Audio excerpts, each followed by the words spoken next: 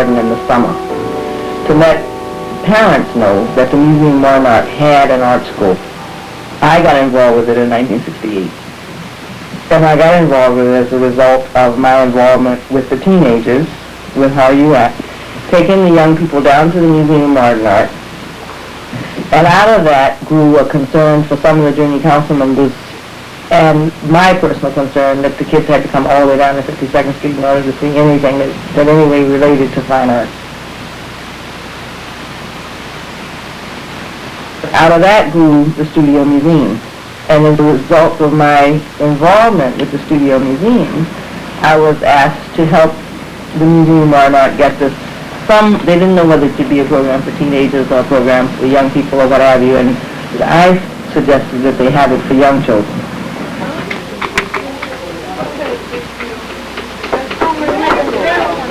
Well, what we've done with the children, with the workshops that are offered, is sort of take their lead.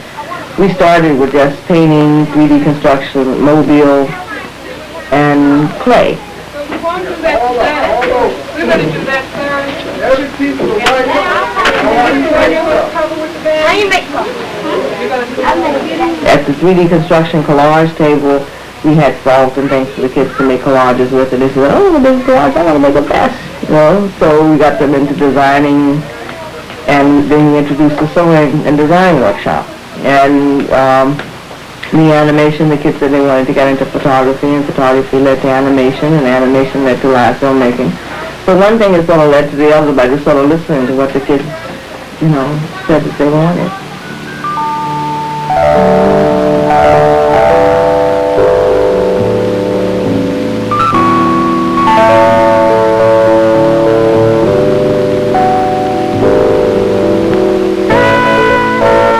The work that the children do, regardless of whether it's painting, clay, collage, what have you, does give you some idea of what the child is feeling internally or where he is in his place and time.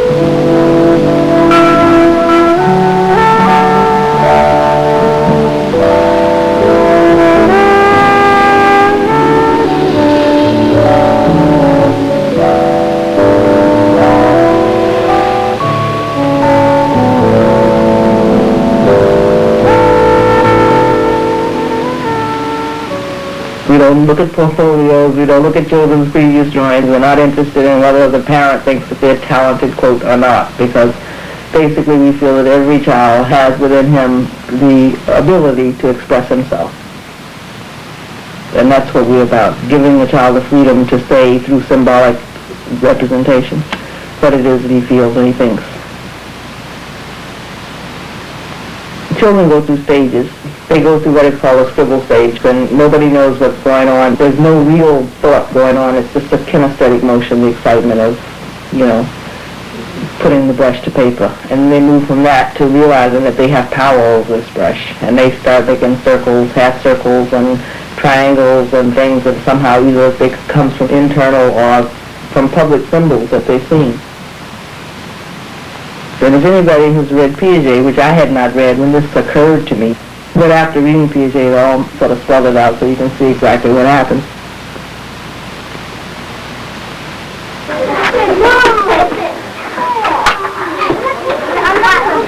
Art educators such as Victor D'Amico and Britton and Lowenfeld pioneered in the area of understanding the value of symbolic development for young people through the uses of the arts. A lot of what they had written, I had read.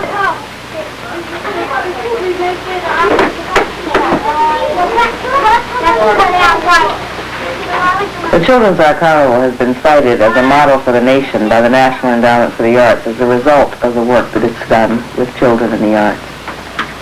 We see approximately 900 youngsters each week between the ages of 4 through 18 during the regular school year. There's no fee. Any child can come, and all that is required for registration is the parent signature.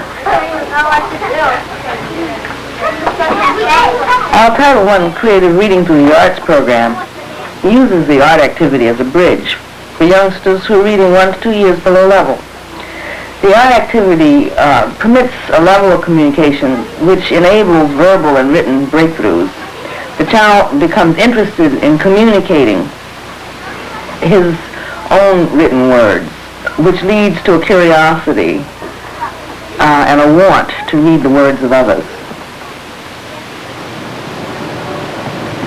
My bike, me riding my bike up and down the hill. Look, here comes Bill and Sue and Betty Lou. They might want to ride, so I better hide. When it is hot, you get bit by mosquitoes a lot. When it is hot, I wear shirts a lot. It is very warm in the air. It's for everyone to share.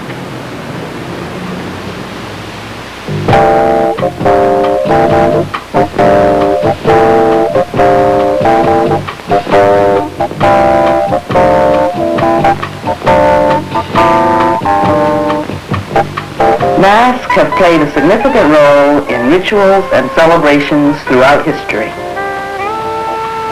The Carnival, in cooperation with the Board of Ed, in its program that's entitled Arts and General Education, has for the past few years placed professional artists in both public and parochial schools to develop special arts programs and projects that would not ordinarily have been available.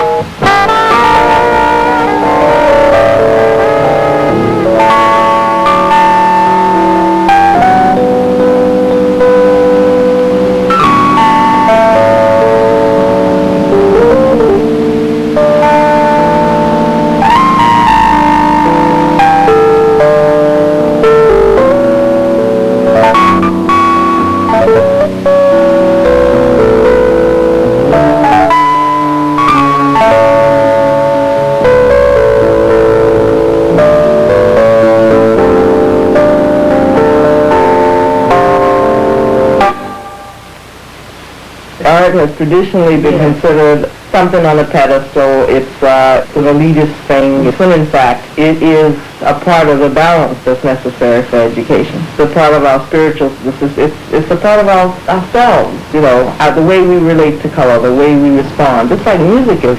Now, the average child should know notes, just like they know alphabets.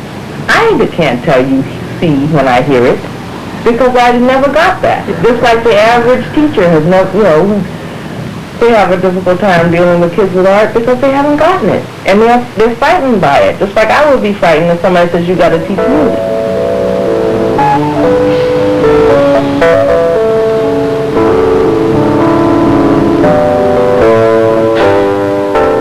But what we do at the Carnival, we put out the 5 basic colors: red, yellow, blue, black, and white. And we constantly reinforce it. This is what they're using. And as they make colors with these 5 colors, these are the 5 basic colors that make all other colors in the universe in terms of pigments, not in terms of light, the difference.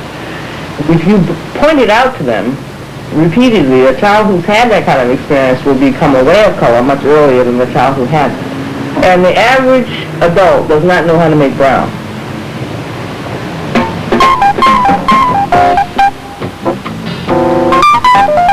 The children in the Carnival summer program in 1976 were fortunate enough to be involved in developing and producing segments for a children's program entitled In Tune in cooperation with CBS. One of the segments was entitled That Makes Me Angry.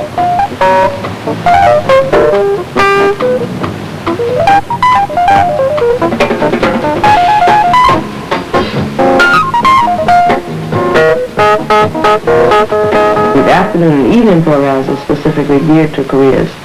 Not only do they apprentice, so to speak, with the artist teacher who's a professional person in the field. We take them on trips to see what's happening in industry in those areas.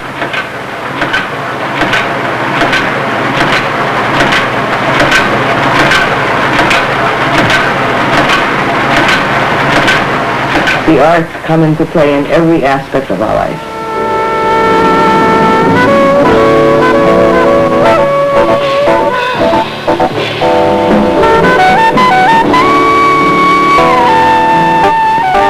So many people are not aware of all the careers that are available through the arts. People don't realize that the chair that they're sitting in was designed by somebody who was probably who had this initially an artist.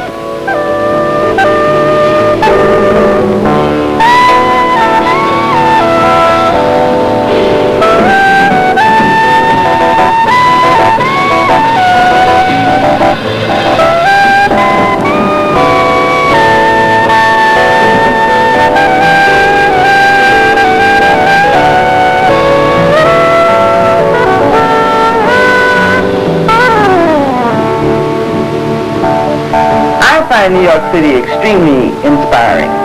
It gives me a great sense of becoming, and I think it does so for others.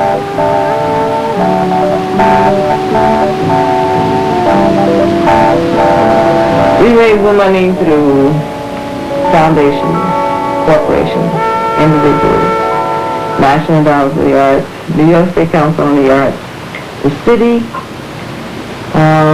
USOE career training, and just about anything that you can think of. We get money from all different sources. So I personally believe that everybody has an innate ability to be creative, and if we don't, it's because somehow it was not nurtured. And what we try to do is nurture every child that walks through the door, that part of him that is inspired.